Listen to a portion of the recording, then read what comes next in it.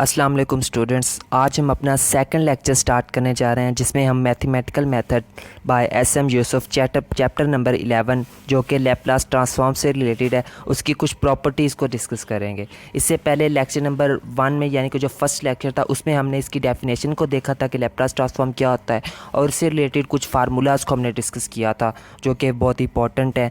आज के लेक्चर में हम इसकी कुछ इंपॉर्टेंट प्रॉपर्टीज़ को डिस्कस करेंगे जिसमें हम पहली दो प्रॉपर्टीज़ को डिस्कस करेंगे। पहली है shifting property and number second is division property. ये दो प्रॉपर्टीज़ क्या होती हैं, इनको हम आगे क्वेश्चंस के अंदर किस तरह से यूज़ करते हैं, ये चीज़ हम देखेंगे फर्स्ट लेक्चर के अंदर। सबसे पहले बात करते हैं शिफ्टिंग प्रॉपर्टी की। तो शिफ्टिंग प्रॉपर्टी हमारे पास क्या होती है, ये इसकी हमारे पास एक मैथमेटिकल डेफिनेशन लिखी हुई है, इसको देख लेते हैं पहले।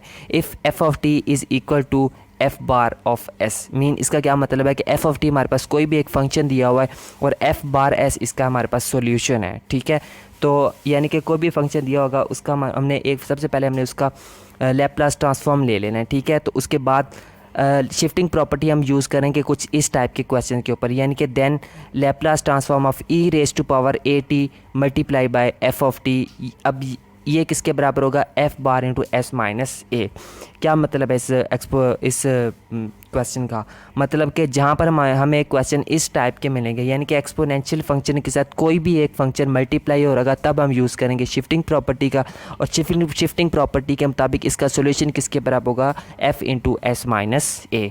मज़ीद हम इसको एग्जाम्पल की मदद से डिस्कस करते हैं, ज़्यादा क्लियर हो जाएगा। तो सबसे पहले बात करते हैं एग्जाम्पल नंबर फर्स्ट, यानी कि फर्स्ट एग्जाम्पल में हमने क्वेश्चन दिया हुआ है evaluate Laplace transform of e raise to power 4t dot cos 3t। अब देखिए यहाँ पर हमारे पास टोटल दो फंक्शन दिए हुए हैं। पहला फंक्शन हमारे पास एक्सपोनेंशियल फंक्शन है, दूसरा फंक्शन हमारे पास ट्रिग्नोमेट्रिक फंक्शन cos 3t दिया हुआ है। ठीक है, अब सबसे पहले तो हमें पता चल जाना चाहिए कि इसके ऊपर हमने शिफ्टिंग प्रॉपर्टी का इस्तेमाल करना है। किस तरह से, क्योंकि हमने देखा है कि यहाँ पर एक एक्सपोनेंशियल फंक्शन दिया हुआ है, वो किसी फंक्शन के साथ मल्टीप्लाई हो रहा है। ठीक है, तो जब भी एक्सपोनेंशियल फंक्शन किसी भी फंक्शन के साथ मल्टीप्लाई हो रहा होगा तब हमने वहाँ पर शिफ्टिंग प्रॉपर्टी का यूज़ करना है।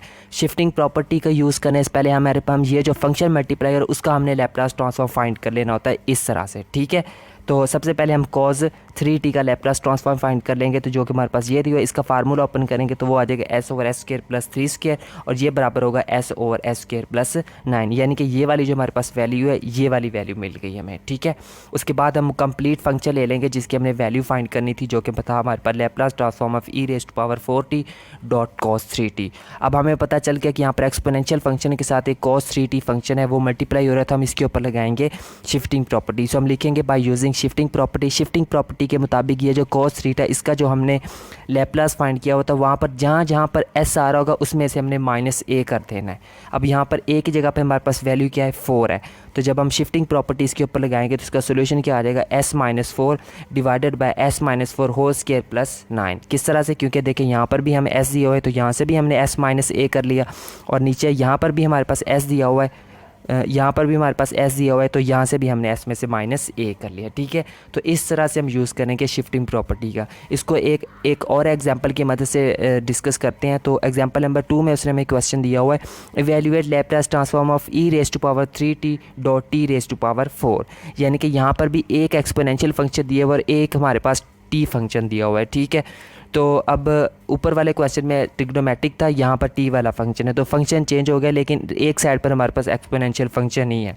तो देखते ही हमें पता चल जाएगा कि इसके ऊपर हमने शिफ्टिंग प्रॉपर्टी का यूज़ करना है। क्यों, क्योंकि एक एक्सपोनेंशियल फंक्शन दिया है वो एक फंक्शन के साथ मल्टीप्लाई हो रहा है। क्लियर है, तो शिफ्टिंग प्रॉपर्टी यूज़ करने से पहले हमारे पास जो फंक्शन मल्टीप्लाई हो रहा है उसका हमने लैपलास ट्रांसफॉर्म फाइंड कर लेना होता है। तो पहला स्टेप हम इस फंक्शन का लैपलास ट्रांसफॉर्म फाइंड करेंगे। ये हमें पता है कि t raise to power n वाला फार्मूला इसके ऊपर लगेगा, उसके मुताबिक हम 4 factorial divided by s raise to power, यहाँ पर लिखा हुआ है 2 + 3, तो ये आई थिंक यहाँ से मिस्टेक हो गई, तो यहाँ पर हमने लिखना था 4, यानी कि यहाँ पर 4 आएगा, तो इसको आप लोगों ने देख लेना है। तो ये हमारे पास किसके बराबर होगा, 24 डिवाइडेड बाई, यानी कि जब हम यहाँ पर 4 लिखें 4 + 1 यहाँ पर 5 आएगा, तो ये छोटी सी मिस्टेक हो गई, तो इसको आप लोगों ने करेक्ट कर लेना है। ठीक है, तो मतलब कि टी रेज टू पावर 4 का जो हमारे पास जो सोल्यूशन है वो कुछ इस तरह से आ जाएगा। ये जब हमने निकाले उसके बाद हमने कंप्लीट फंक्शन ले लेना जिसका हमने लैप्लास ट्रांसफॉर्म फाइंड करना है। हमें पता है कि एक्सपोनेंशियल फंक्शंस के साथ एक फंक्शन मल्टीप्लाई हो रहा है, शिफ्टिंग प्रॉपर्टी का हम इस्तेमाल करेंगे। तो हम लिखेंगे by using shifting property. Shifting property के मुताबिक हमने क्या करना है, इस फंक्शन में जहाँ जहाँ पर ऐसा आ रहा होगा उसमें से हमने -a कर लेना है। अब यहाँ पर a की जगह पे हमारे पास वैल्यू है 3, तो हम क्या करेंगे, लिख लेंगे 24 divided by s minus 3 whole raise to the power 3। ठीक है, इस तरह से हम यूज़ करते हैं शिफ्टिंग प्रॉपर्टी का। तो ये थी हमारे पास फर्स्ट प्रॉपर्टी। उसके बाद बात करते हैं सेकंड प्रॉपर्टी की, जो कि डिवीजन प्रॉपर्टी है। इंपॉर्टेंट प्रॉपर्टी है ये भी। अब ये इसकी या सबसे पहले हम ये इसकी एक मैथमेटिकल डेफिनेशन लिखी हुई है, इसको देख लेते हैं क्या लिखा हुआ है। यानी कि सेम एफ ऑफ टी कोई भी हमारे पास फंक्शन है, उसका हमने लैप्लास ट्रांसफॉर्म फाइंड कर लेना है, जो कि हमारे पास कुछ इस फॉर्म में उसका सोल्यूशन आएगा। ठीक है, तो उसके बाद कुछ इस तरह के जो क्वेश्चन होंगे वहाँ पर हम यूज़ करेंगे डिवीजन प्रॉपर्टी का। अब ये क्वेश्चन की पहचान क्या है, कोई भी फंक्शन दिया होगा वो अगर टी पर डिवाइड हो रहा हो तो वहाँ पर हम करेंगे डिवीजन प्रॉपर्टी का इस्तेमाल। अब इसका सोल्यूशन किसके बराबर होता है, हमने सबसे पहले इंटेग्रल ले लेना होता है एस टू इन्फिनिटी। उसके बाद हमने वही वाले फंक्शन जो पहला फंक्शन था उसका हमने सोल्यूशन ले लेना है और उसका डेरिवेटिव ले लेना है with respect to this it's variable. ठीक है, तो मज़ीद इसको एग्जांपल की मदद से डिस्कस करते हैं, ज़्यादा क्लियर हो जाएगा। तो फर्स्ट एग्जांपल में उसने हमें क्वेश्चन दिया हुआ है evaluate sine t over t. अब देखिए एफ ऑफ टी की जगह पे हमारे पास साइन टी यानी कि ट्रिग्नोमेट्रिक फंक्शन दिया हुआ है, ये डिवाइड हो रहा है टी पर। अब हमें पता कैसे चलेगा कि इसके ऊपर हमें प्रॉपर्टी कौन सी लगानी है, तो हमें देखते ही हमें अंदाज़ा हो जाने कि कोई भी एक फंक्शन है वो टी पर डिवाइड हो रहा है, तो इसका मतलब हमने इसके ऊपर डिवीजन प्रॉपर्टी का यूज़ करना है। सो हमें पता है कि प्रॉपर्टी यूज़ करने से पहले हमारे पास जो भी फंक्शन दिया उसका हमने लैप्लास ट्रांसफॉर्म सबसे पहले फाइंड करना होता है। तो यहाँ पर हमें साइन फंक्शन दिया हुआ है, तो इसका हमने पहले साइन टी का हमने लैप्लास ट्रांसफॉर्म फाइंड कर लिया। फार्मूले के मुताबिक इसको ओपन करेंगे तो ये हमारे पास इसका फाइनल सॉल्यूशन आ जाएगा। ठीक है, उसके बाद हम ले लेते हैं इसका कंप्लीट फंक्शन ले लेते हैं जिसकी हमने वैल्यू फाइंड करनी है। अब हमें पता चल गया कि साइन टी पर डिवाइड हो रहा है, तो हम यहाँ पर डिवीजन प्रॉपर्टी का यूज़ करेंगे। ठीक है, तो हम लिखेंगे by using division property. Division property के मुताबिक सबसे पहले हमने इंटेग्रल ले लेना है एस टू इन्फिनिटी, इंटेग्रल ले ले। उसके बाद हमने उस फंक्शन का जो हमने उसका सोल्यूशन फाइंड किया हुआ था वो हमने लिख लेना है और उसका हमने डेरिवेटिव ले लेना है। ठीक है, ये काम कर लिया। आगे सिंपल इसको इंटीग्रेशन और डेरिवेशन के जिस तरह हम सॉल्व करते हैं बिल्कुल उस मेथड के साथ सॉल्व करेंगे। हमें पता है कि इसकी जब हम इंटीग्रेशन लेते हैं तो वो हमारे पास बराबर होती है टेन इनवर्स एस के, और ये इसकी लिमिट दी हुई है। और यहाँ से जब हम लिमिट अप्लाई करेंगे तो upper limit minus lower limit, और जो टेन इनवर्स इन्फिनिटी ये हमारे पास बराबर होता है pi over 2 minus tan inverse S. यही हमारे पास इसका आंसर आ जाएगा। ठीक है, तो उसके बाद मज़ीद इसको एक और एग्जांपल के साथ डिस्कस करते हैं। तो एग्जांपल नंबर 2 में उसने हमें दिया हुआ है Laplace transform of e raise to the power 2t divided by t. यानी कि अब हम यहाँ पर हमारे पास एक्सपोनेंशियल फंक्शन आ गया जो कि डिवाइड हो रहा है टी पर।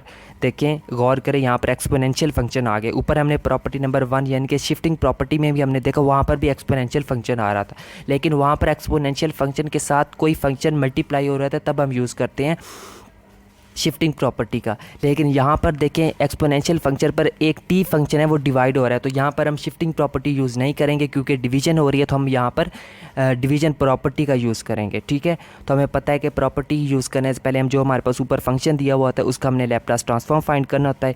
एक्सपोनेंशियल फंक्शन का ये रहा हमारे पास लैप्लास ट्रांसफॉर्म, ये हमने फार्मूले की मदद से इसको ओपन कर लिया, ये इसका सोल्यूशन आ गया। अब कंप्लीट फंक्शन ले लेते हैं। हमें पता चल गया है कि कोई भी एक फंक्शन दिया हुआ है एक्सपोनेंशियल फंक्शन, उसको वो डिवाइड हो रहा है टी पर, को जब कोई भी फंक्शन टी पर डिवाइड हो रहा है तो उसको वहाँ पर हमने डिवीजन प्रॉपर्टी का यूज़ करना होता है। तो ये रही हमारे पास डिवीजन प्रॉपर्टी। हम लिखेंगे बाय यूजिंग डिवीजन प्रॉपर्टी। वो क्या होती है, इंटेग्रल ले लेना होता है एस टू इन्फिनिटी, और उसके बाद हमने ये वाला फंक्शन जो हमने सॉल्यूशन लिया होता है वो हमने लिख लेना, उसका हमने डेरिवेटिव ले लेना होता है। ठीक है, आगे इसको हम सिंपल इंटीग्रेशन और डेरिवेशन वाले मेथड के साथ सॉल्व करेंगे तो ये हमारे पास इसका आंसर आ जाएगा। सो क्लियर है स्टूडेंट, ये थी हमारे पास फर्स्ट 2 प्रॉपर्टी यानी कि शिफ्टिंग प्रॉपर्टी और डिवीजन प्रॉपर्टी। इसके अलावा 2 प्रॉपर्टीज़ हमारे पास और भी होती हैं, वो होती है इंटेग्रल प्रॉपर्टी और मल्टीप्लिकेटिव प्रॉपर्टी। वो हम नेक्स्ट लेक्चर में डिस्कस करेंगे। सो आज के लिए बस इतना काफ़ी है। सो नेक्स्ट लेक्चर तक टेक केयर एंड अल्लाह हाफिज़।